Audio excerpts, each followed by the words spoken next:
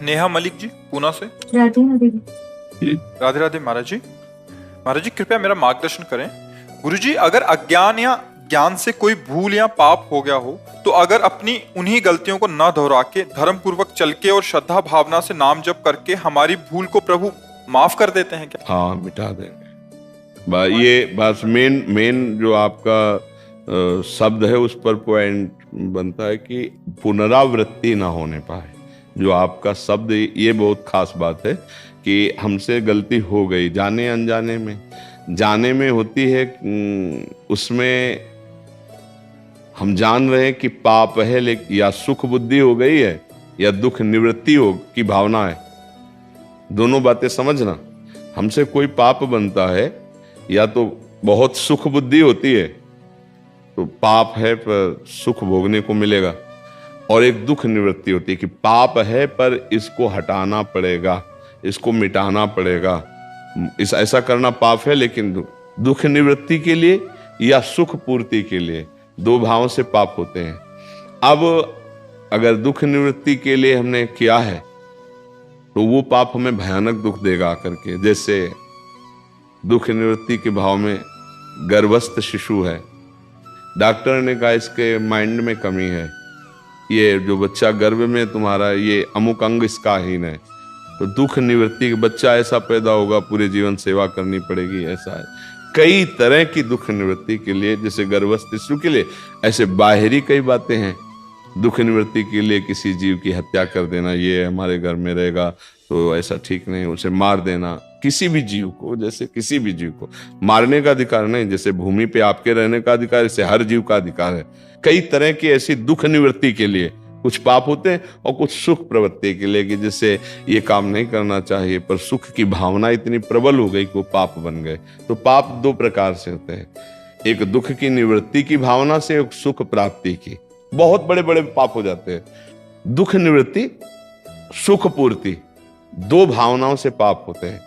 अब पाप हमसे हो गए हैं और अब हमें सत्संग के द्वारा पता चला कि यार बहुत ही इनका दंड मिलेगा, तो हम भयभीत हो जाएं पहला, और आर्त भाव से भगवान की शरण में हो।